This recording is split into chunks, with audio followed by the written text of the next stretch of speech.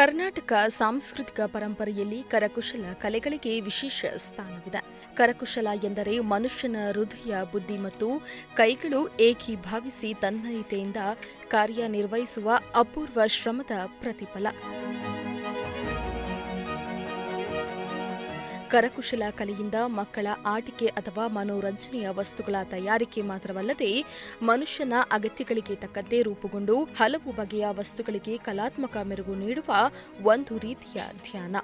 ಅಂತಹ ಧ್ಯಾನದಲ್ಲಿ ಅರಳಿದ ಕರ್ನಾಟಕ ಸಂಸ್ಕೃತಿಯನ್ನ ಈ ಕೃತಿಯು ಘನಕರಿಸಿ ಹಿಡಿದಿಟ್ಟಿದ್ದಾರೆ ಎಂದರೆ ತಪ್ಪಾಗಲಾರದು.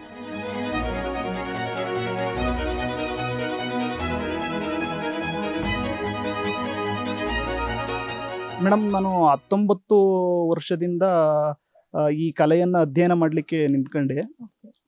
ಈಗ ಸುಮಾರು ಒಂದು 9 ವರ್ಷ ಶಿಲ್ಪಕಲೆಯಲ್ಲೇ ವಿವಿಧ ಶಿಲ್ಪಗಳನ್ನು ಅಧ್ಯಯನ ಮಾಡ್ಕೊಳ್ತಾ ಮತ್ತು ವಿವಿಧ ಶೈಲಿಗಳನ್ನು ಮತ್ತು ರಿಯಲಿಸ್ಟಿಕ್ ಶಿಲ್ಪಗಳನ್ನು ಅಧ್ಯಯನ ಮಾಡ್ಕೊಳ್ತಾ ಮಾಡ್ತಾ ಇದ್ದೀವಿ ಮೇಡಮ್. ಕೆತ್ತನೆ ಮಾಡಬೇಕು ಅಂತಂದ್ರೆ ಅದು ಆ ವಿಗ್ರಹದ ಗಾತ್ರ ಮತ್ತು ಆ ವಿಗ್ರಹದ ಶೈಲಿ, ಶಿಲಾಪರಿಗ್ರಹಣವನ್ನ ಮಾಡಿ ಯಾವ ವಿಗ್ರಹವನ್ನು ಕೆತ್ತನೆ ಮಾಡಬೇಕು, ಯಾವ ಶೈಲಿಯ ವಿಗ್ರಹವನ್ನು ಕೆತ್ತನೆ ಮಾಡಬೇಕು ಅನ್ನೋದು ಕೂಡ ನಾವು ನಿರ್ಧಾರ ಮಾಡಿ, ಹಾಗಾಗಿ ನಾವು ಈಗ ಉದಾಹರಣೆಗೆ ನಾವು ಆ ಶೈಲಿಗಳು ಆದಮೇಲೆ ಮತ್ತೆ ಅದು ಯಾವ ವಿಗ್ರಹ, ವಿಷ್ಣುವಿನ ಅವತಾರ ವಿಗ್ರಹನ ಅಥವಾ ಶಿವನ ಅವತಾರದ ವಿಗ್ರಹನ ಅದು ಅಥವಾ ನವಗ್ರಹಗಳ ವಿಗ್ರಹವ, ಇದನ್ನು ನಿರ್ಧಾರ ಮಾಡಿ ತದನಂತರ ಸಂಗೀತ, ಸಾಹಿತ್ಯ, ನೃತ್ಯ, ನಾಟಕ, ಸೌಂದರ್ಯಶಾಸ್ತ್ರ, ಕಾಮಶಾಸ್ತ್ರ, ಖಗೋಳಶಾಸ್ತ್ರ ಈ ಥರದ್ದು ಎಲ್ಲ ಅಧ್ಯಯನಗಳು ಕೂಡ ನಮ್ಮ ಶೃಂಗಾರ ಶಿಲ್ಪಕಲಾ ಕೇಂದ್ರದ ವಿಗ್ರಹಗಳು ಬರ್ತವೆ.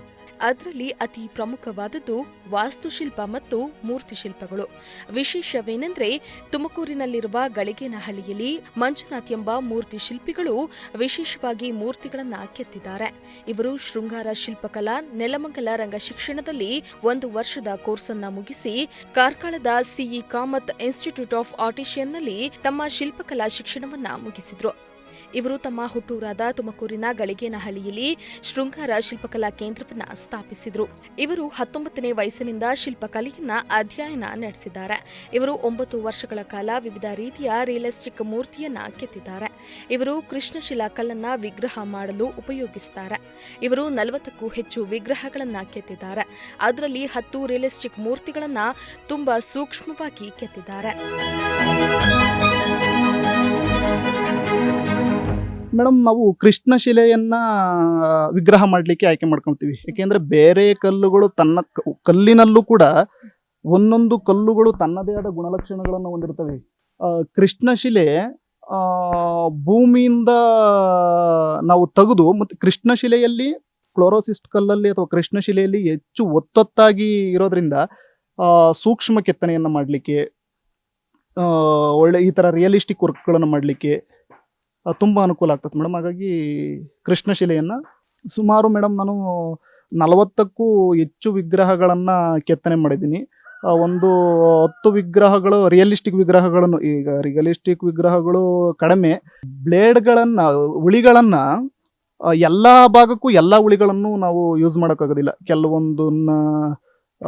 ಕೆಲವೇ ಭಾಗಗಳಿಗೆ ಮಾತ್ರ ಆ ಉಳಿಗಳನ್ನು ಉಪಯೋಗಿಸ್ಕೊಂತ, ಮತ್ತು ಎಲ್ಲ ಉಳಿಗಳನ್ನು ಎಲ್ಲ ರೀತಿಯಲ್ಲೂ ಕೆತ್ತನೆ ಮಾಡೋಕ್ಕಾಗೋದಿಲ್ಲ. ಒಂದು ಸಣ್ಣ ಸಣ್ಣ ಲೈನ್ಸ್ಗಳು ಕೂಡ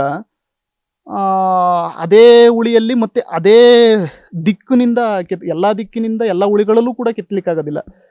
ಆ ಥರ ಉಳಿಗಳನ್ನು ನಾವೇ ಮಾಡ್ಕೊಂಡು ರೆಡಿ ಮಾಡ್ಕೊತೀವಿ ಮೇಡಮ್.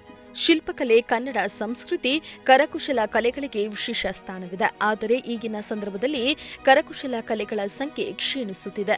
ಆದ್ದರಿಂದ ಕರಕುಶಲ ಕಲೆಗಳಿಗೆ ಹೆಚ್ಚು ಒತ್ತು ನೀಡಬೇಕೆಂದು ಪ್ರಜಾಶಕ್ತಿ ಟಿವಿ ಮುಂದೆ ಮನವಿಯನ್ನ ಮಾಡಿದ್ದಾರೆ.